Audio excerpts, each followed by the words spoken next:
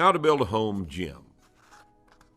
Not everybody who wants to train for strength can fit a gym membership into their lifestyle. Hey guys, this is Coop from GarageGymReviews.com, and today's a little bit of a different video. What I did was I took Mark Rippetoe, reading one of his articles that he's written, one of the foundational articles that helped me start Garage Gym Reviews on how to build a home gym, and then I threw on some video to basically describe what he's talking about. I hope you enjoyed as much as I did putting it together.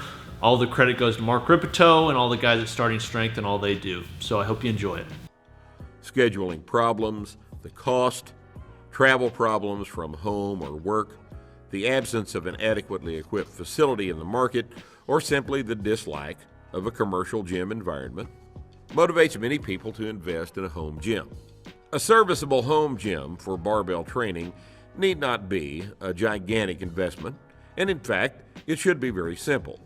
A bar, some plates, a rack of some type to facilitate the squat and the pressing exercises, a simple flat bench for the bench press, and a platform for deadlifts is all that is absolutely required.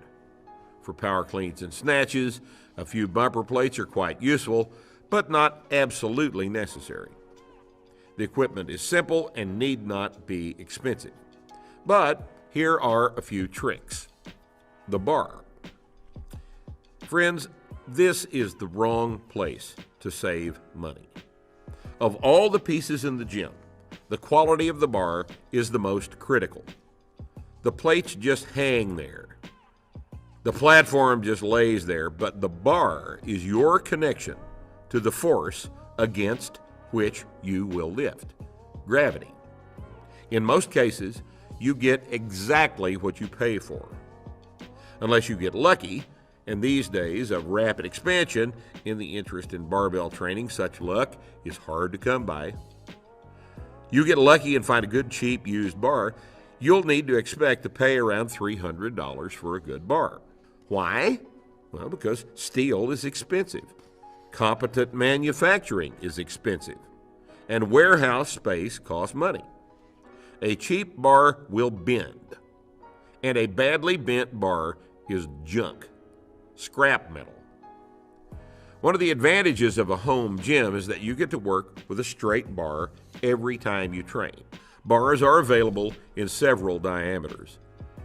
The Olympic weightlifting federations specify a 28 millimeter bar, while the International Powerlifting Federation wants the diameter to be between 28 and 29 millimeters.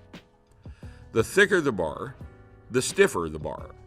So Olympic lifters doing this faster snatch and clean and jerk like the whippiness of a 28 millimeter bar, and power lifters need a stiffer bar because they handle heavier weights more slowly.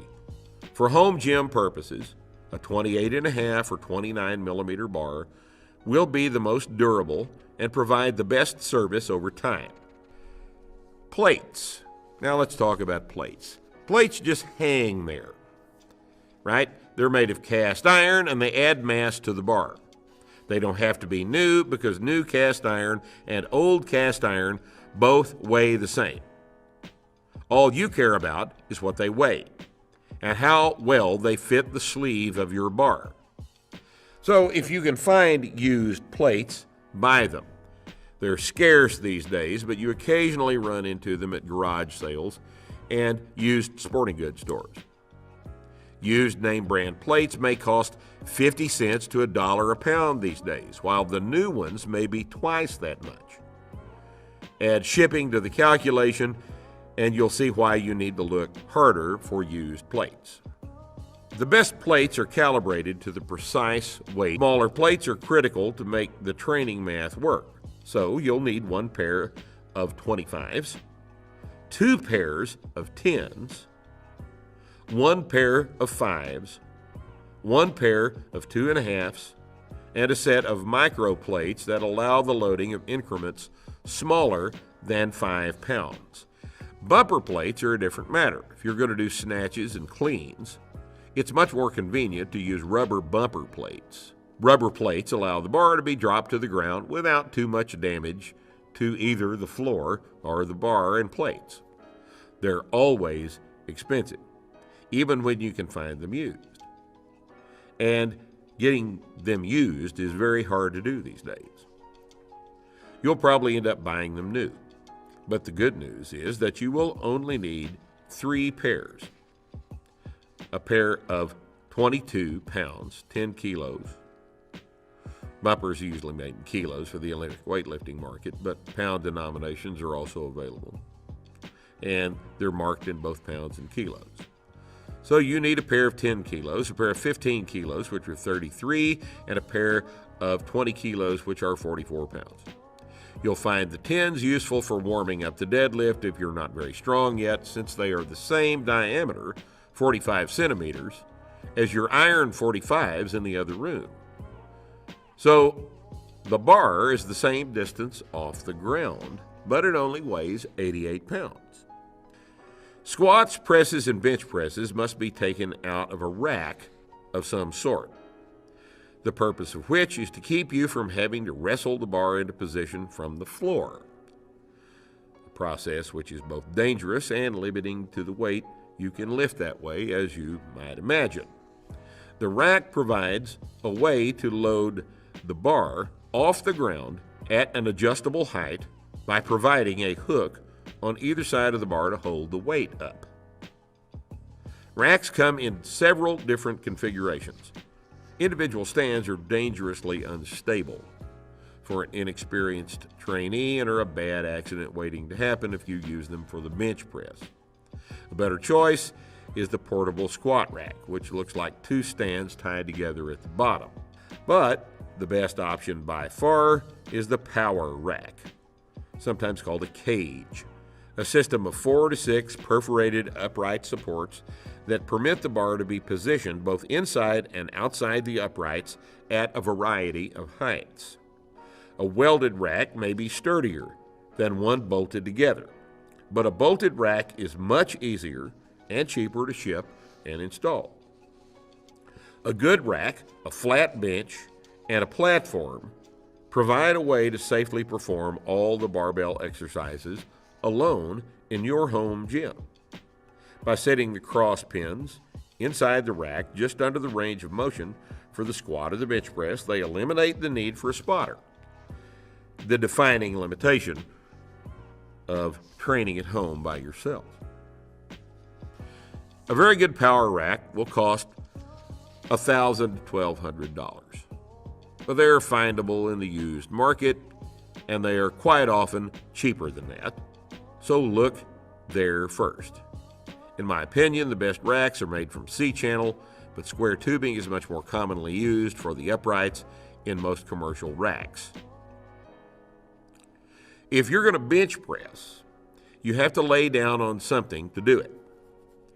A flat bench is the device we use to do supine loaded movements with a barbell in the rack.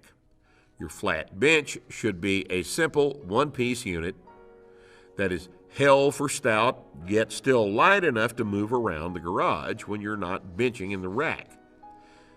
The standard dimensions of a flat bench are 12 inches wide, 48 inches long, and 17 inches high at the top of the surface of the bench. That's all there is to a flat bench. Buy one in these dimensions because taller, shorter, longer, narrower, wider benches have proven to be less useful than the standard design dimensions I have quoted here. The platform is a useful item that keeps you from destroying your floor.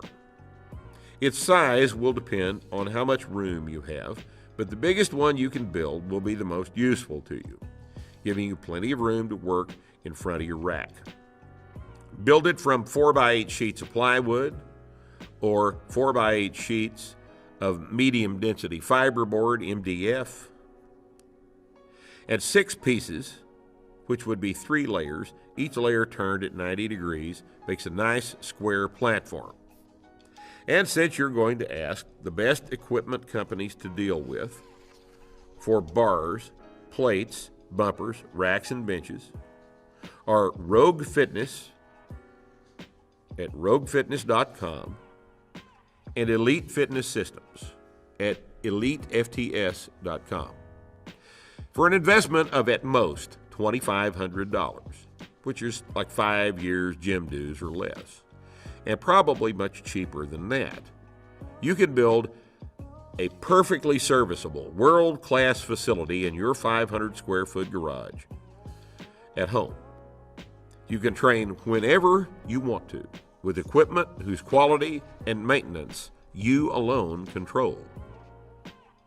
For many people, this means the difference between a focused, convenient workout and the aggravation of having to deal with fools, shitty equipment, and travel time. Invest wisely, and you'll never regret owning good equipment or the independence made possible by owning your own gym.